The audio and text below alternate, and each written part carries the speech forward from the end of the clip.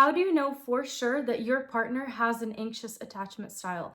As someone with an anxious attachment style, I'm going to tell you all of the signs that are going to be a dead giveaway that your partner has anxious attachment style. The reason that it's so important for you to know this is for number one, there's a lot of things that you can do as their partner in order to help them get over this issue if it is causing problems in your relationship. Another thing is if you're happy with the way that your partner is, you're just going to understand them better and be able to cater to their desires in the relationship. And as a relationship coach myself, I know exactly how to fix this in your relationship if it is causing some hindrances, but you still want to be in a relationship with that person. So if you find this video helpful, please don't forget to let me know by hitting the thumbs up button and consider subscribing to my channel if you want me to post more videos like this one. Today we're in a little bit of a different setting. This is my bedroom and it is kind of a big bedroom, so I do have like a couch cushion behind me, and it is not my office where I normally film videos, but I felt inspired to film this video here, so here we are. The first thing that you're going to notice with an anxious attachment partner is that they have a lot of insecurities and they might want to constantly be by you, whether it be physically or talk to you. They want to do activities that are with you and very inclusive, with both partners taking part equally in those activities. Anxious attachment people also really love to constantly stay in communication with their partner. So you might be noticing that they're texting you a lot, they're calling, they're always trying to check up on you and see what you're doing, how you're feeling, and probably sharing about themselves also. The third thing you might notice is that your anxious partner gets very offended or takes things to heart every time that you mention something about them or you make a comment that they might not like. It is going to stick with them, probably more so than another person who might brush it off. An anxious partner is going to want to ask more questions about it. They're going to ask what you meant. They're going to ask if you actually feel that way and things of that nature. Anxious attachment partners love to talk and stay in communication, which is something I kind of mentioned earlier, but I feel like we need to hit that point more so because that is something that is going to be very different for someone who has a secure attachment style or someone who is avoidant. I'm not going to say that all anxious attachment people suffer with this, but a lot of them do. They have insecurity issues like within themselves, within the relationship. So they're constantly seeking validation from you. They're going to be seeking for you to kind of make them feel good and make them feel special. And that is something that they really value in their partner. This can look like fishing for compliments. This can be something like doing something nice for you so that you compliment them or say something back. They might want you to do little things for them, like bring home flowers, or they want you to make reservations and be romantic. That is another thing that anxious attachment really enjoys, is romance and feeling very loved, desired, wanted by their partner. Not to say that other attachment styles aren't like this, but you're going to notice that they ask for those things or they make it clear that that is something they really want from you from the get-go and probably throughout your entire relationship. So if you've noticed any of these things, congratulations, you can safely say that your partner is anxiously attached to you.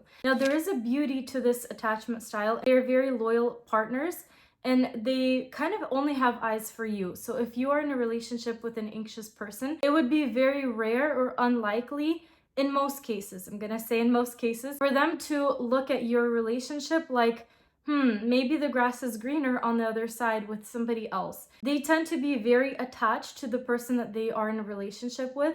So if your partner was like this in the beginning of the relationship and they are no longer acting this way, it is a good sign that they might not have feelings for you. And in that case, there's a video that you can watch about how to tell if an anxious attachment style partner does not like you. You can watch that video. It is linked in the description box below. Anxious attachment partners tend to focus the relationship as their center of their universe. They can often forget about their own individual hobbies or friendships or things like that. I'm not saying that every single person is going to have this, but it is very common.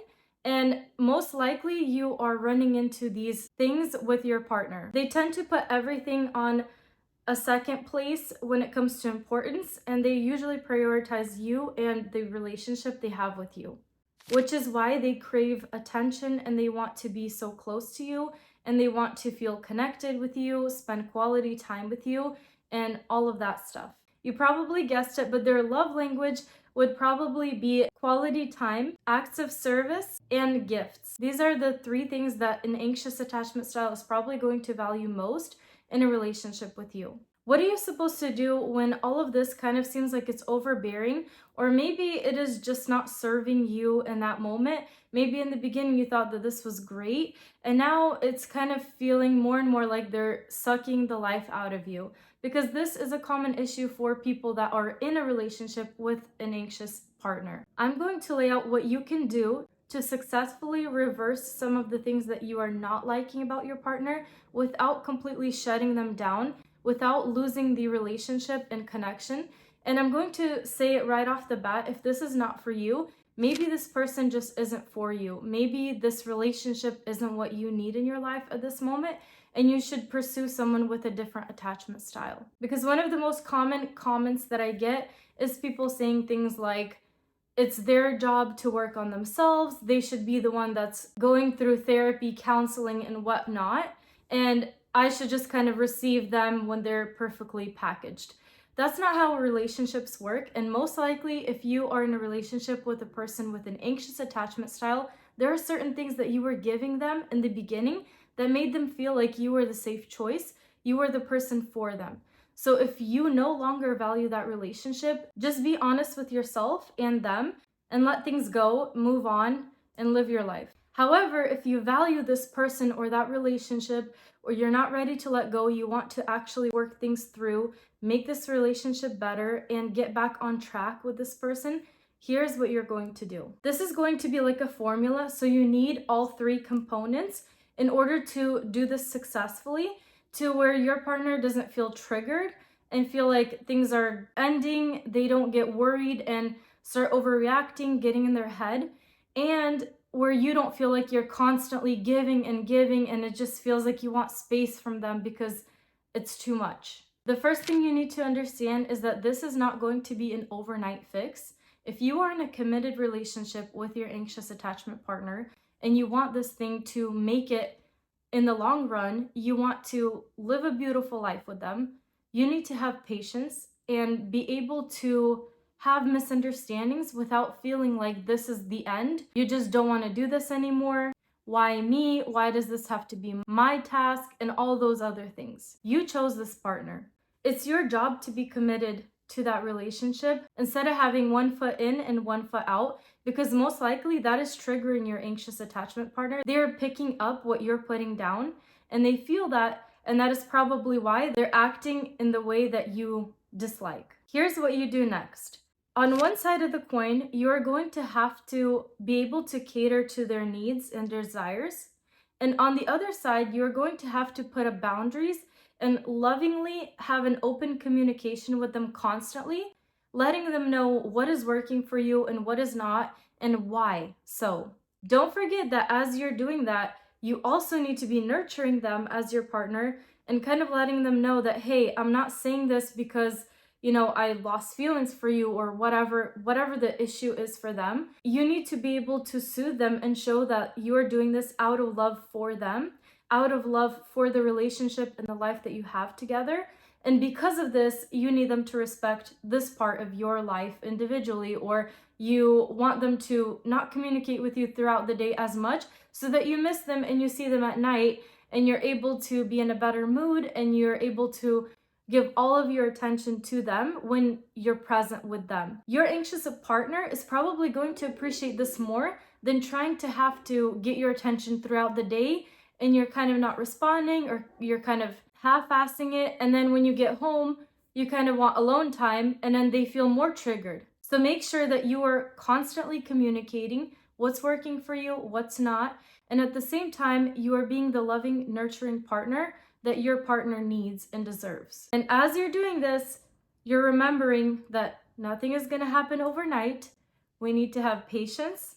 This is going to take some time. Change is always uncomfortable, but we're going to get there because we're going to do it together. and we're going to build something better than what was before, because they're going to get their needs met more, and so are you, and the relationship is just going to thrive. That was just one example because I know that's kind of a common thing that happens.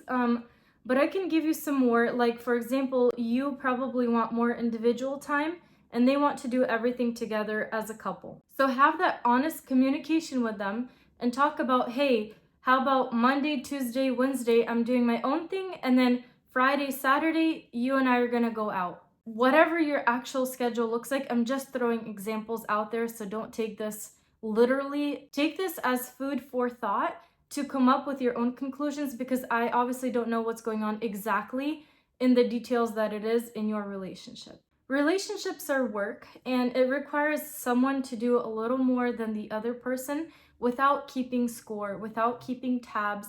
And that is the way that you initiate successfully change in a relationship. If everything is done with love, with patience, honesty, trust, those are going to be the most important things in order to make your relationship better. I really hope that this video was insightful to you. If it was, please don't forget to let me know. If you have any comments for me, please leave them down below. I love reading them and communicating with you guys, having conversations, and I usually respond pretty quickly. I want to wish you all of the love in your love life, and I'll see you guys in my next video.